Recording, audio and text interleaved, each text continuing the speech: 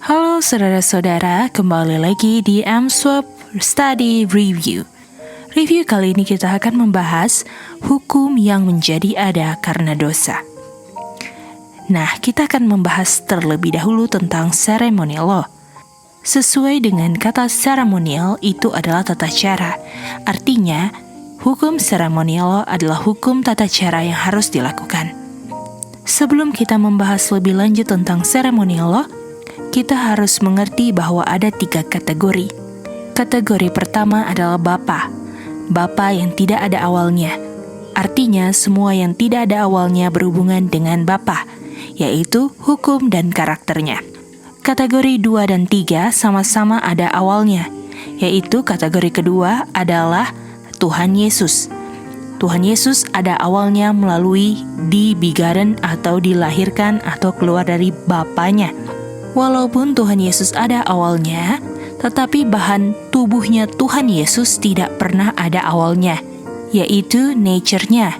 Nature yang juga dimiliki Bapa yang tidak ada awalnya, yaitu nature keilahian. Dan ini adalah bukti Tuhan Yesus adalah anak Bapa.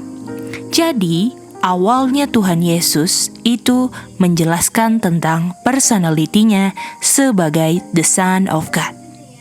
Bapa adalah kebenaran dan Tuhan Yesus juga adalah kebenaran, sama seperti Bapa karena nature-nya sama seperti Bapa. Lawannya kebenaran adalah kesalahan atau dosa. Artinya Bapa dan anak tidak ada kesalahan ataupun dosa. Kalau ada kesalahan, itu terjadinya setelah kategori ketiga menjadi ada. Dan lawan kesalahan adalah kematian karena Bapa adalah kehidupan. Artinya lawan kehidupan adalah kematian. Jadi kematian itu mulai ada di kategori 3. Berdasarkan Roma 7 ayat 10, tujuan manusia diciptakan adalah untuk hidup selama-lamanya. Dan untuk hidup itu diatur oleh hukum yang harus dituruti. Dan kalau dilanggar, artinya mati. Dan hukum ini adalah karakter Bapa dan anak. Lalu kenapa ada dosa? Adam dan Hawa diciptakan sesuai dengan image of God, tetapi diberikan hak pilih karena waktu diciptakan tidak diberikan hak pilih. Atau pilihannya tidak bisa diberikan kepada mereka kalau mereka janji tidak berdosanya adalah sebelum mereka diciptakan. Karena pilihan itu baru bisa diberikan setelah mereka diciptakan, itu sebabnya disitulah kemungkinan berdosa muncul. Dosanya bisa tidak pernah ada dan bisa saja yang berdosa itu tidak pernah ada kalau perjanjiannya atau covenant-nya dibuat dan jawaban mereka menentukan mereka diciptakan atau tidak. Jika mereka tidak bisa menjamin mereka tidak pernah berdosa, sehingga mereka tidak pernah berdosa karena mereka tidak pernah ada, karena mereka tidak pernah diciptakan. Tetapi karena kita tahu itu semua tidak terjadi, makanya ada pilihan setelah diciptakan sesuai dengan Kejadian 2 ayat 7. Artinya dosa dan kematian bisa jadi ada setelah Kejadian 2 ayat 7. Tetapi karakter Tuhan dalam menciptakan manusia adalah untuk hidup selama-lamanya. Jadi Bapa tidak akan menciptakan kalau manusia salah pilih dan setelah itu dia selesai. Oleh sebab itu dengan Tuhan menciptakan Adam dan Hawa, Tuhan menyiapkan rencana emergency kalau mereka berdosa atau melanggar hukum yang selalu ada. Jadi, hanya ada di dispensasi dosa karena mereka pilih untuk berdosa. Di situ ada hukum yang menjadi ada, agar mereka tidak melanggar hukum yang selalu ada. Nah, kita sekarang membahas tentang pencipta. Pencipta mempunyai nature yang sama. Kategori 1 dan 2 itu setara karena nature mereka sama, Bapa dan anak. Tetapi bisa dibilang tidak setara karena Bapa tidak ada awalnya, sedangkan anak ada awalnya. Kita ketahui bahwa dosa ini munculnya di kategori ketiga karena melanggar hukum Tuhan yang adalah karakter kategori 1 dan 2. Karena ada dosa, akan dibuat hukum untuk menolong kategori ketiga menurut hukum yang selalu ada sebelum kategori ketiga diciptakan. Dan sampai di sini belum dibilang hukumnya apa. Untuk mengerti hukumnya, kita buka di Markus 12 ayat 28 sampai 30. Hukum yang terpenting atau yang the greatest adalah mencintai one God. Dan one God ini adalah kategori 1 yang juga mencintai kategori 2. Lalu dikatakan kamu juga harus love kategori 3. Persamaan dari love one dan love kamu punya tetangga atau sesama manusia, persamaannya keduanya adalah kasih. Jadi hukum Tuhan yang tidak ada awalnya dasarnya adalah kasih. Jadi Tuhan Yesus bilang, kalau kamu mencintai aku, kamu akan mencintai God.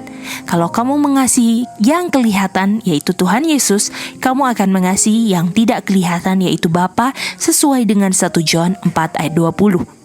Jadi berdasarkan John 14:15, keep commandment itu adalah karena love me. Artinya Adam dan Hawa berdosa karena mereka tidak love God sehingga mereka melanggar. Dan dosa itu adalah melanggar hukum 1 John 3:4. Dan kalau hukum itu berdasarkan kasih, artinya kamu tidak love God. Sekarang kita masuk tujuan menciptakan. Tujuan Tuhan menciptakan supaya obey hukum. Dan ketika mereka berdosa, mereka harus mati. Dan Bapa sudah tahu konsekuensi dengan menciptakan makhluk intelijen dengan hak memilih. Makanya Tuhan sudah menyiapkan rencana untuk menyelamatkan mereka tanpa pilihan mereka, karena rencana ini sudah ada sebelum kategori ketiga diciptakan. Dan dari hal rencana keselamatan ini bukan pilihan kategori ketiga, tetapi orang berdosa dalam rencana keselamatan ini bisa memilih menolak atau menerima rencana keselamatan ini. Jadi rencana ini bukan hukum yang selalu ada, tetapi rencana ini untuk orang bisa menurut hukum yang selalu ada.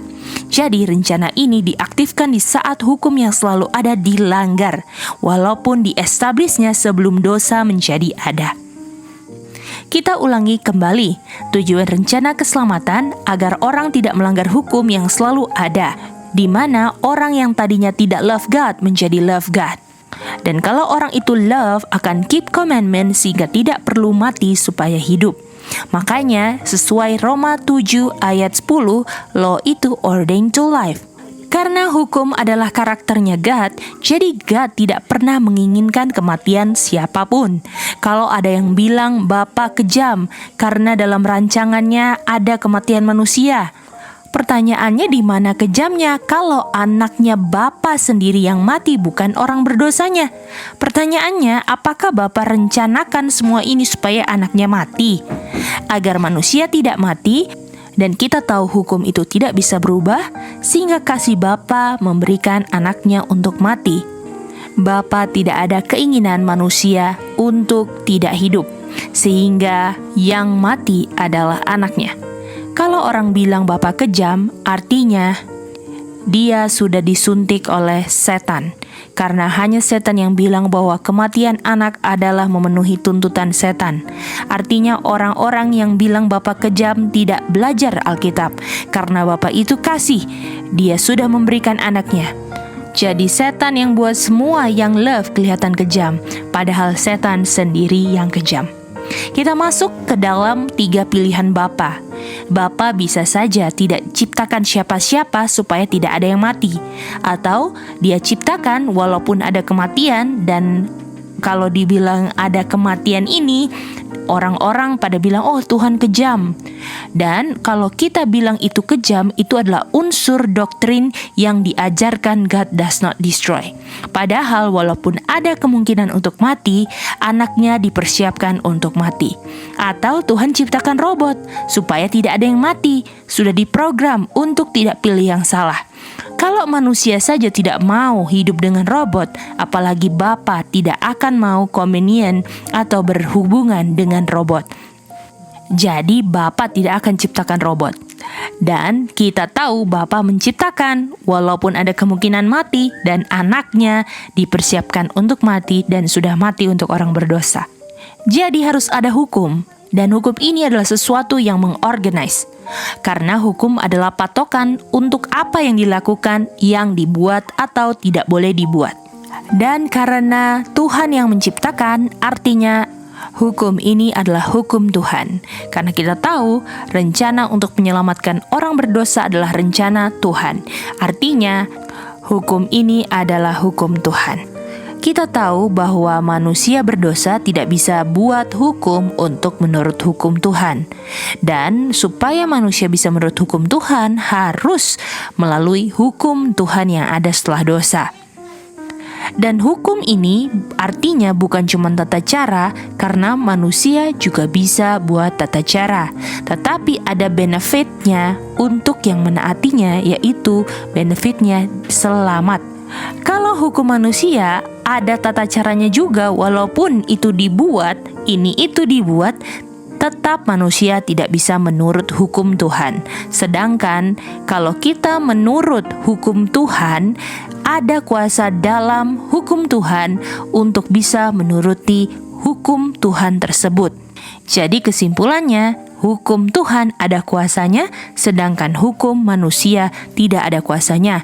Contohnya, jika orang biasa bilang come kepada orang lain dan disuruh berjalan di atas air, orang yang dipanggil untuk berjalan di atas air itu tidak akan bisa berjalan di atas air. Berbeda dengan Tuhan yang bilang come. Peter bisa berjalan di atas air, dan kita tahu firman Tuhan adalah hukum Tuhan.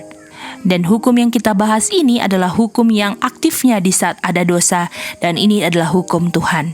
Dan hukum Tuhanlah yang menolong orang tersebut untuk dapat menurut hukum Tuhan. Jadi kesimpulannya, hukum Tuhan bukan saja untuk menyuruh orang bikin ini atau itu, tetapi untuk orang tersebut diselamatkan, supaya orang tersebut ada perubahan dari orang yang tidak love God menjadi love God. Jadi hukum itu ada kuasa yang mengubahkan waktu buat ini dan itu. Kalau hukum manusia, walaupun buat ini dan itu, tetapi tidak ada kuasa untuk bisa membuat menurut hukum Tuhan. Buktinya kita ke Matius 8. Kalau memang hukum manusia bisa ada kuasa untuk menurut hukum Tuhan, senturian di Matius 8 ini tidak akan pergi ke Tuhan Yesus dan akan buat hukum dan berfirman, lalu hambanya akan sembuh. Karena hukum manusia tidak bisa, dia pergi ke penciptanya, lalu bilang, speak the word only. Jadi kita ulang lagi, hukum yang diaktifkan saat ada dosa, apakah sudah ada sebelum dosa? Jawabannya sudah, tetapi dalam bentuk rencana yang belum aktif. Jadi, fungsi hukum Tuhan diaktifkan saat ada dosa untuk bisa menuruti hukum yang selalu ada. Hukum yang perlu ditaati itu, kalau ditaati, artinya yang menaati itu mengasihi yang punya hukum. Dan kalau hukum yang diaktifkan ini saat ada dosa, kuasanya untuk apa? Untuk membuat orang yang tadinya tidak mengasihi jadi mengasihi. Mari kita buka Yohanes 17 ayat 3. Dikatakan inilah eternal life. Kata inilah ditujukan bagi orang yang sudah berdosa. Apakah ini artinya ada hubungan dengan hukum yang diaktifkan? Sudah jelas, karena dikatakan inilah eternal life. Pertanyaannya, apakah bisa saya kenal God kalau terpisah dari God? Tidak bisa. Makanya anaknya dikirim untuk saya bisa kenal God. Artinya, eternal life ini sangat tergantung pada anak yang dikirim. Di John 1 ayat 18, orang berdosa ini tidak pernah bisa lihat God. Dan yang bisa lihat God nanti adalah yang tidak ada cacat noda dosa. Jadi kita harus fokus Tuhan bisa, dan kita harus bilang, Tuhan tolonglah ketidakpercayaan saya.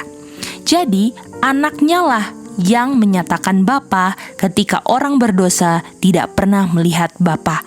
Makanya di John 3:16 dikatakan, barang siapa percaya di dalam anaknya yang mengungkapkan eternal life atau Bapa. Dan Tuhan Yesus bilang, percayalah bahwa Bapa mencintai kamu, dan saya dikirim untuk mengungkapkan cintanya Bapa, supaya kamu dapat eternal life. Jadi yang kita butuhkan adalah kasih Bapa untuk selamat. Jadi di saat berdosa, ada kasih Bapa yang diungkapkan oleh anaknya. Di Roma 5 ayat 8, Bapa mengungkapkan kasih-Nya dengan mengirim anaknya, dan kasih-Nya dalam anaknya ini melalui kematian anaknya di kayu salib. Artinya, hukum yang menjadi ada setelah dosa ini, hukum ini mengenai kematiannya Tuhan Yesus, di mana di saat berdosa, Tuhan Yesus menjadi pengganti orang berdosa melalui Lamb Slain di Revelation 3 ayat 18. Jadi ketika Lamb Slain atau anak Bapa mati, itu mengungkapkan kasih Bapa. Jadi hukum yang menjadi ada untuk bisa orang obey hukum yang selalu ada adalah hukum yang berhubungan dengan disembelihnya domba.